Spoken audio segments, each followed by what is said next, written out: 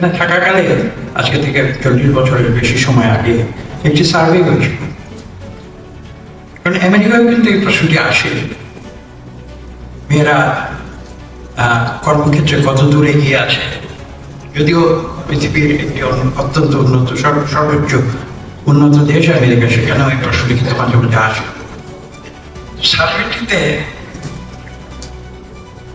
জানতে চাওয়া হয়েছিল যে ক্যালিফোর্নিয়া ইনস্টিটিউট অফ টেকনোলজি, সেখানে যে ফ্যাকাল্টি রয়েছে, সেই ফ্যাকাল্টিতে শিক্ষকবৃন্দ যারা রয়েছে তাদের মধ্যে কত শতাংশ নারী।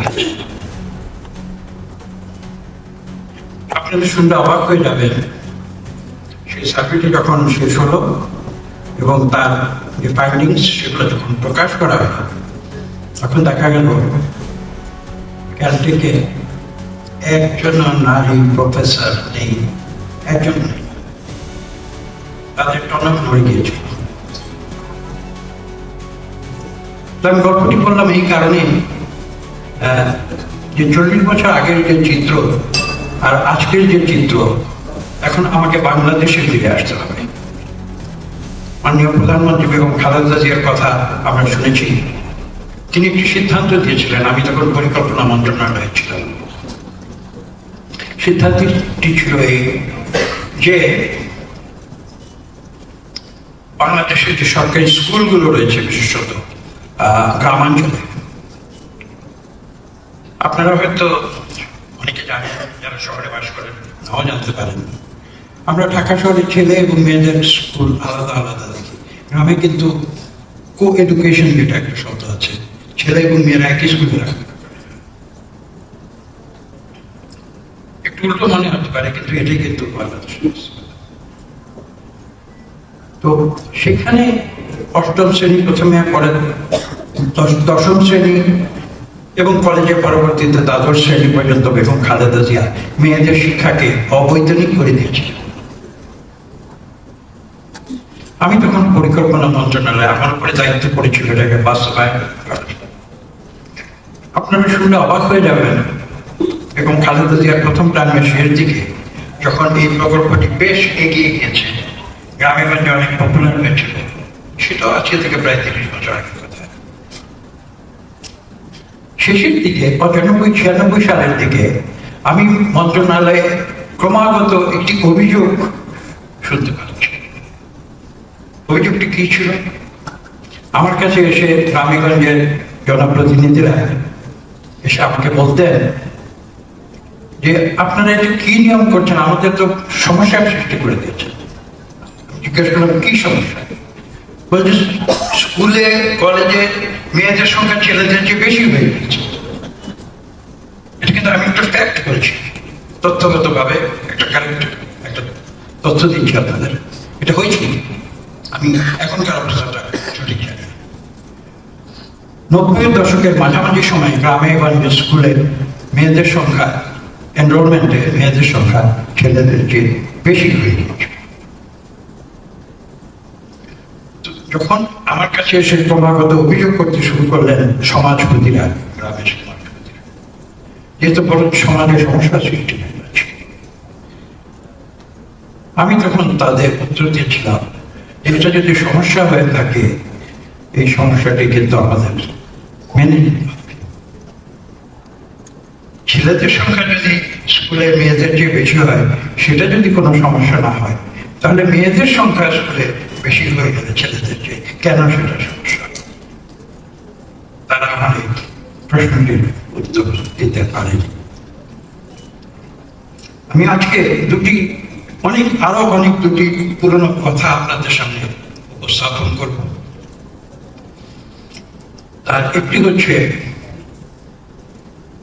Give me a good mother and I'll give you a good nation. আর দ্বিতীয়টি হচ্ছে The hand that rocks the cradle rules the world. কিন্তু প্রশ্ন হচ্ছে, আমার নিজের কাছে প্রশ্ন, আপনাদের জিজ্ঞেস করছি, এই কথাগুলি কি আমরা বাস্তবে রূপান্তরিত করতে পেরেছি কিনা? হ্যাঁ, আমাদের দেশে আমরা নারী প্রধানমন্ত্রী দেখেছি, আমরা পার্লামেন্টে নারী স্পিকার দেখেছি। পৃথিবীর আরো কোনো দেশে নারীরা সর্বোচ্চ পদে গিয়েছে। কিন্তু প্রশ্ন সেটা নয়, প্রশ্ন হচ্ছে পৃথিবীতে বা বিভিন্ন দেশে পৃথিবীর নারীদের সার্বিকভাবে ক্ষমতায়ন হচ্ছে কিনা সেটা।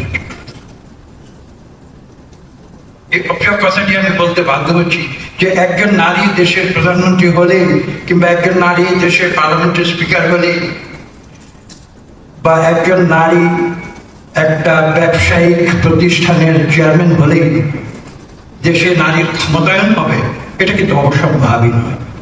আমি এই কথাটি আপনার কাছে আমি আপনাদের সামনে আমি আসলে হয়েছি কি ওই যখন এই আমন্ত্রণটি পেয়েছি আমি খুব দুশ্চিন্তায় পড়ে গেছি। এত গুরুত্বপূর্ণ একটি সভায় আমি কি করব, আমাকে কিছু লেখাপড়া করতে হয়েছে। আমি আপনাদের কাছে কিছু তথ্য উপস্থাপন করব, গ্লোবাল কিছু তথ্য, বাংলাদেশের নির্দিষ্ট করে বাংলাদেশের জন্য নয়, গ্লোবালি।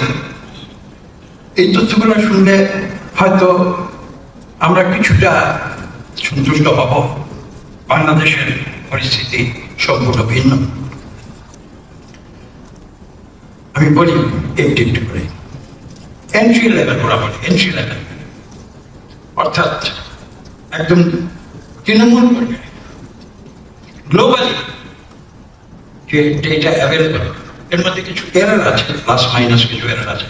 মোটামুটি গ্লোবালি এখন বলা হচ্ছে যে এন্ট্রি লেভেলে নারীদের অবস্থান প্রায় 50%-এর কাছাকাছি এসেছে।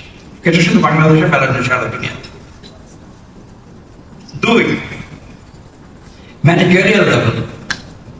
ম্যানেজারিয়াল লেভেলে নারীদের যে অবস্থান মোটামুটি 40% মতো।